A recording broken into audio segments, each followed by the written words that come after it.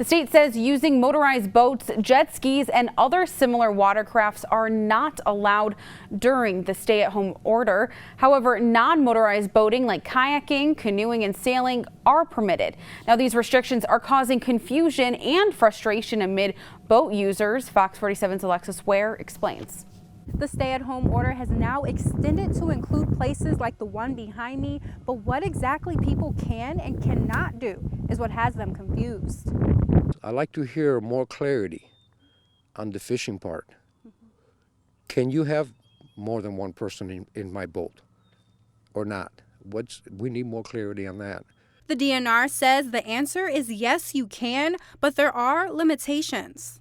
You can have people in a boat that are from the same household. That's the rule.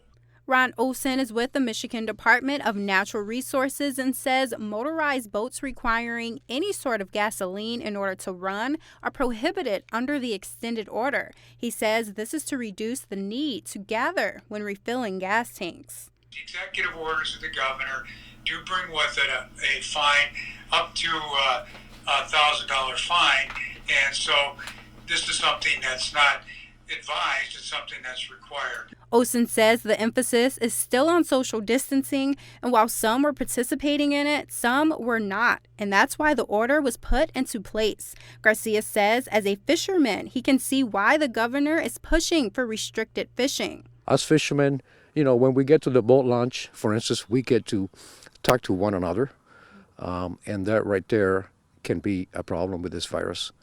I think that driving multiple people to the fishing and stuff, that can be an issue.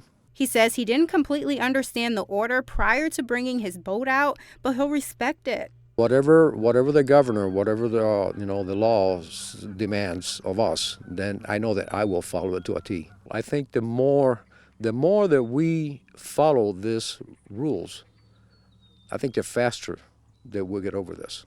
This new inclusion is set to stay in place until the end of the stay-at-home order.